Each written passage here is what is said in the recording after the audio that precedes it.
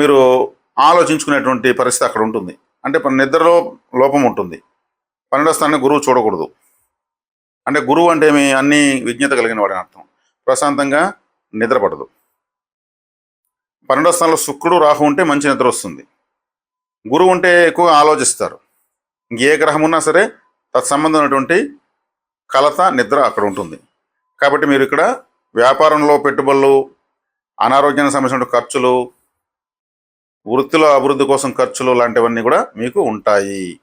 అదే గురువు మామూలుగా 5, 9 స్థానాలు చూసినా, 7వ స్థానాన్ని చూసినా, లగ్నాన్ని చూసినా, రాశిని చూసినా మీకు తత్సంబంధమైనటువంటి కారకత్వాలు అభివృద్ధి ఉంటాయి.